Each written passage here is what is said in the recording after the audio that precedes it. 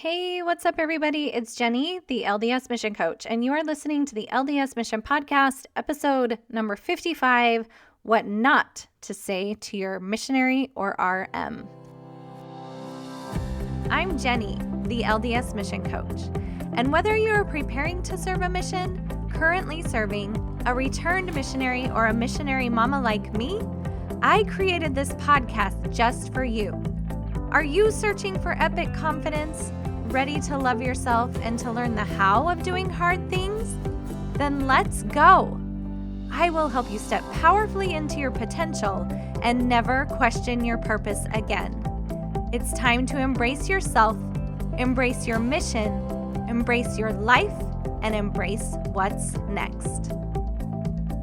Hello, everybody, and welcome to the podcast. I hope you had an amazing 4th of July and got to spend some fun time with family, celebrating in some way our freedom that we have here in the United States. It's a pretty awesome and magical thing. I wanted to remind you that I used to have my podcast on Facebook. But what happened is Facebook decided that they weren't going to host podcasts anymore.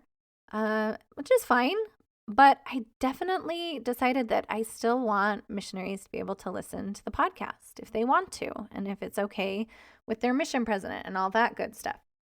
Because there's just a lot of good stuff on here that I think would help them. So what I decided to do is that I'm going to offer my podcast on a Google Drive. So if you want to get MP3 versions of my podcast to send to your missionary, just go send me an email, jenny@jennydildine.com, and I would love to help you out. I'd love to give you a link so that you can share that with your missionary. And yeah, let's just get more tools out to more missionaries. That sounds really fun. If you happen to be listening on Apple Podcasts or on Spotify or something like that, what I would love for you to do is for you to follow the podcast and also leave me a review.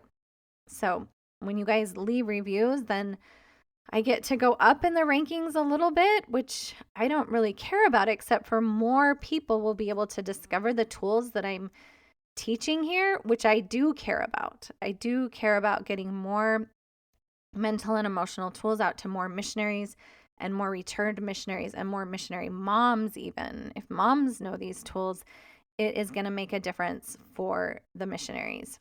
Which brings me to what I wanted to talk to you about today, which is what not to say to your missionary or RM.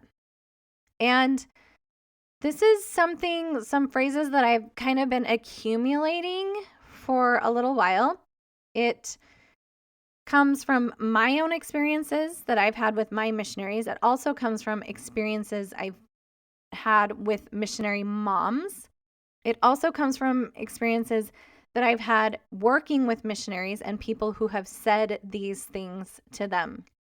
First, we're going to talk about 4 things we should not say to our missionary or RM, and I'm going to kind of tell you a little bit of why. And then secondly, I'm going to give you some ideas about what you could say instead to your missionary or to your returned missionary. Okay? Now, I fully understand that what I teach here is that thoughts create feelings. And so I don't want any of us getting the wrong idea about this, that somehow that we can change the way our missionary or our returned missionary is feeling by the way that we're thinking about it. But there is the ability to offer thoughts to our missionary or to our returned missionary. And if our returned missionary or our missionary decides to adopt those thoughts for themselves, that will create an emotion in their body. So what I find most often is that when missionaries are feeling something, or when returned missionaries are struggling or experiencing anxiety, their tendency is to judge that and feel badly that they're feeling bad. So that's where some of this kind of stems from. And I want to share those 4 things with you right now, okay? 4 things we probably shouldn't say and that I would hope we could get away from saying is number 1, don't say, I'm sorry that your companion or your professor or your boss made you feel that way. Now, the reason that we don't want to say it like this is because it's disempowering to our child or our missionary or our returned missionary. What we're insinuating when we say this is that they have no power to feel the way they want to feel, that other people have the ability to make them feel something. What we teach here is a more empowering way. Like, you get to think and feel whatever you want to. It's called agency. Okay, so just be careful of saying, I'm sorry your companion, professor, or boss made you feel that way. We've grown up with this way of thinking for a long time. It's like, did Johnny hurt your feelings? Okay, let's try to avoid saying that. And again, I'm going to give you another option here in just a little bit. Number 2, don't say something like, hey, don't think that way. Let me give you an example. If your missionary gets on a call and they say, gosh, I just feel like I'm not good enough. I just feel like I'm a terrible missionary. What our tendency to do is to be like, don't think that way. That's ridiculous. But what our missionaries hear and what our returned missionaries hear is, oh my gosh, if I'm thinking that way, there must be something wrong with me. As often as possible, let's not say, don't think that way, or it's ridiculous that you think that way. We shouldn't even try to talk them out of the thought. What it just does is it invalidates, first of all, their experience. And second of all, what they hear is something's wrong with me if I think this way. Okay, number 3, don't say, you seem really broken. We need to fix this. And what I'm referring to here is less about our thinking and more about the way that they're feeling. When we insinuate that if someone's experiencing anxiety, or if someone is sad, or if someone's really discouraged or maybe tending towards depression, when we say you are broken, it doesn't send the right message. First of all, then that person, if they decide to adopt that thought, they think they're broken. Here's the thing about the word broken, you guys, is like broken, there's not like really much fixing it. Like, even if we tried to put it back together, they're like Humpty Dumpty is what just came to my mind. There's still cracks and it's with glue. Okay. And it's not like a whole person. What we're saying is, again, there's something wrong with you. We need to fix this. We might also say something like, oh gosh, I wish you didn't feel this way. But what we want to always help our missionaries understand and our return missionaries to understand is that there's nothing wrong with them. Okay? And again, I'm getting ahead of myself. That's a thought that we can use here in a second. But first, before I get to that, I want to share with you number 4 that I've heard is, it seems like you've lost the spirit, is one version of this, or Satan wants you to blank. So Satan wants you to doubt yourself, or Satan wants you to blank. Or another version I've heard of this is anxiety and depression are one of Satan's biggest weapons. Now, this can be really a hard pill to swallow. It can actually be super damaging. I want you to just think about this for yourself for just a minute. Let's just get still for a minute. If you are experiencing depression or anxiety or doubt or fear or sadness, and someone says to you, I think you've lost the spirit, how do you feel then? It's like 10 times worse, especially if we're a missionary, especially if we're a returned missionary who's worked our whole mission to be close to the spirit. And then someone's telling us like, well, too bad for you. I guess you've lost the spirit. When we say Satan wants you to doubt, which I'm not discounting that Satan's a real dude, you guys, but let's just think about how disempowering it is to think that Satan has control, to think that Satan has power over us, especially if you're a missionary. And this one, anxiety and depression are one of Satan's biggest weapons. Listen, it's just so, I kind of get on a soapbox when I talk about this, but it's so disempowering. Like, I want you to think about this, like a missionary who is out there trying to be obedient, trying to live by the Spirit. And we say, because you're experiencing negative emotion, Satan is using one of his biggest tools on you. So now where does that leave us? We're just like, okay, well, I guess I'm in Satan's power. All of that to say, these are the things that, we can say, but I've heard them enough. And I think that there are more empowering ways that we can talk to our missionaries and our return to missionaries. So instead of saying, I'm sorry your companion or your boss or your professor made you feel a certain way, as much as possible, let's give ownership to them. We can say, I'm sorry that you are feeling the way that you do. And then we kind of separate the other person by saying, I wonder what is going on for your companion that's making them feel the way that they do. I do this with my girls all of the time, well, especially my youngest daughter on the playground. She said, oh my gosh, so-and-so made me feel left out. And I'm like, well, I'm so sorry you're feeling left out. I wonder what's going on for your friend that is making them feel like they need to behave this way. I wonder if they're feeling left out too. So notice how we give ownership back to them. We don't blame anyone else for the way that they're feeling. And we just allow them to have some authority over the situation. The companion can't make us feel anything. We get to create that emotion, and the companion creates their emotion for themselves. Okay, number 2, instead of saying, don't think that way, as much as possible, let's let them know that the way they're thinking makes sense.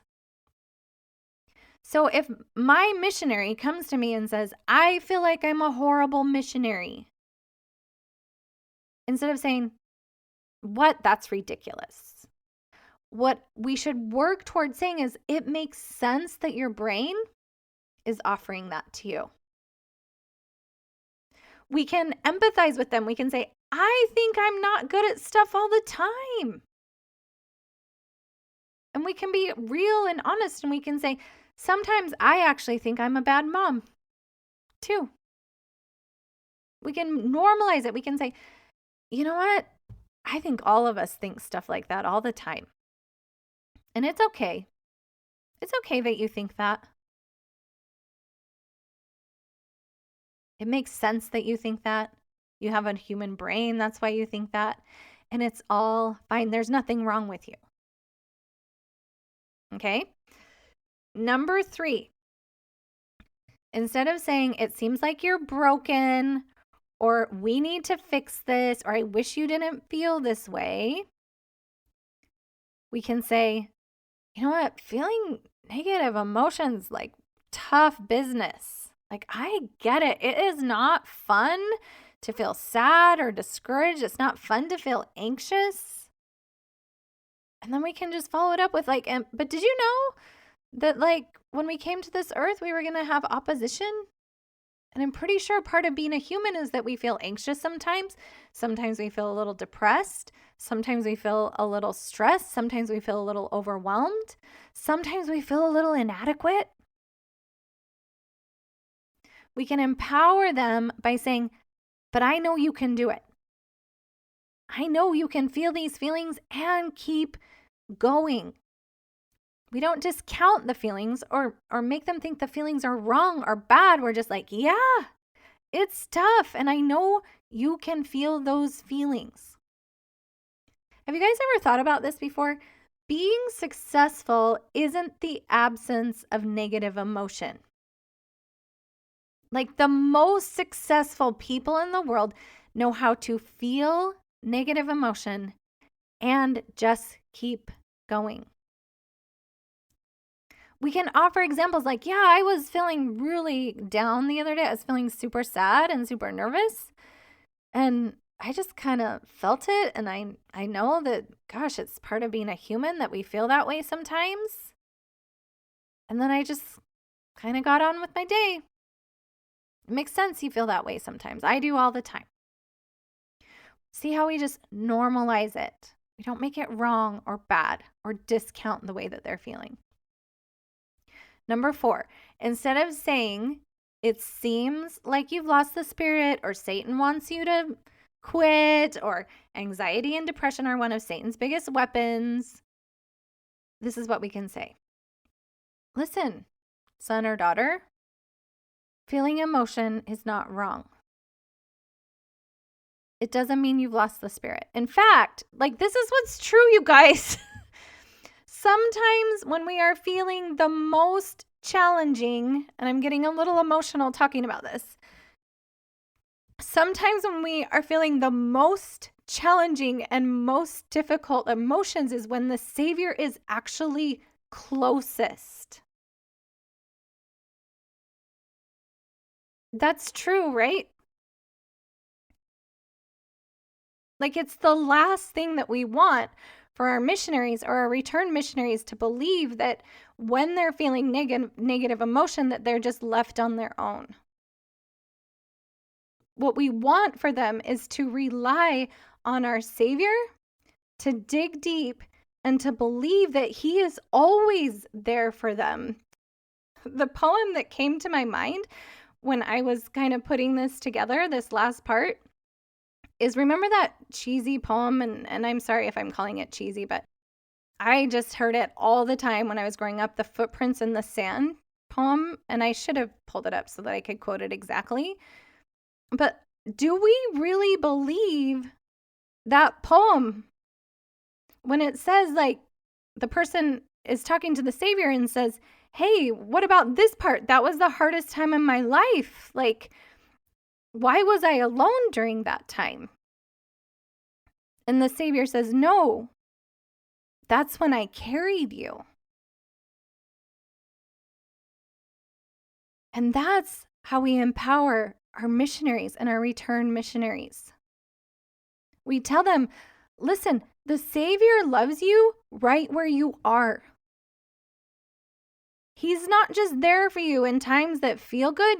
The Savior is there. The Spirit is there, comforting you in your most challenging circumstances. So I think I've shared this on the podcast before, but one of the scariest times in my life was when my daughter, who was 6 months old, she's going to be a sophomore next year, when she had to have surgery on her skull. It's called cranial synostosis.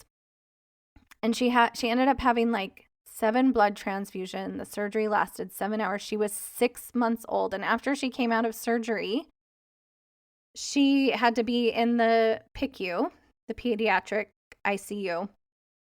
And that night was one of the scariest nights of my life because her oxygen levels would go down. And then the RT team, the respiratory team, would come in and give her oxygen, and then she'd start breathing better, I should say. And then she was in so much pain. Just about the time the morphine would wear off, I could hear her whimpering and moaning. She was 6 months old, you guys. And it was one of the scariest moments of my life. It was one of the saddest moments of my life. And yet, I felt the Spirit the strongest. So just because I'm feeling anxious or discouraged or sad doesn't mean I've lost the Spirit. Satan, clever old guy, he's going to do what he does, but it just maybe is not useful to tell our missionaries that this thing that they're experiencing, whether anxiety, sadness, overwhelm, depression, discouragement, maybe it's just not useful to tell our kids that Satan's using that against them. That leaves them kind of powerless. What's true is our thoughts create our feelings, and depression and anxiety, discouragement, frustration, overwhelm, they're emotions. They're not sins. They're not weapons. They're just vibrations in our body. We have a thought, and that sends chemicals, hormones, vibrations through our body. And that's it. And what's true is when we're feeling those chemicals and vibrations in our body that bring us to our knees, I think that's often when the spirit is the closest. So let's say that to our missionaries. Okay? All right. Thanks for listening today. Thanks for indulging me with my little bit of emotion here. I get kind of passionate when I talk about the missionaries and the return missionaries because I do care a whole bunch about them. There's no one, I don't think, that thinks about the missionaries every single day the way I do. If you have a missionary, you're thinking about them, but just know that I'm thinking about them too. And let's keep working to empower them with thoughts that create emotions that serve them. That's how we know, right? Like if we offer someone a thought, if we say a thought out loud and it feels disempowering, it's probably not a useful thought to offer your missionary. So you can just test it. Let's keep improving as much as possible and letting them know that the way they are thinking makes total sense. They've got a human brain. Let's keep letting them know that feeling an emotion is tough, but it's part of being a human, and that feeling emotion is not wrong, and that they haven't lost the spirit. All right? Okay, really just sending love to every single one of you that's involved in the mission experience in any way. I think about you every single day. Have an amazing week. Take care. Thanks so much for joining me on the podcast today. Listen, if you are learning a lot from this podcast and you like what you're hearing, you will absolutely love hopping on a free strategy call with me. That's where you and I meet up one-on-one and talk specifically about what is going on for you. I love teaching young adults the mental and emotional tools that they need to overcome worry and anxiety, serve the successful missions they've always dreamed of, and navigate their post-mission experience with confidence. So go to jennydildine.com and click on the Work With Me link. I would love to meet you, and I would love to get you some helpful tools and strategies to help you fully embrace whatever is next for you. And in the meantime, no matter which part of the mission experience you are involved in, just know that Jenny, the LDS Mission Coach, is thinking about you every single day.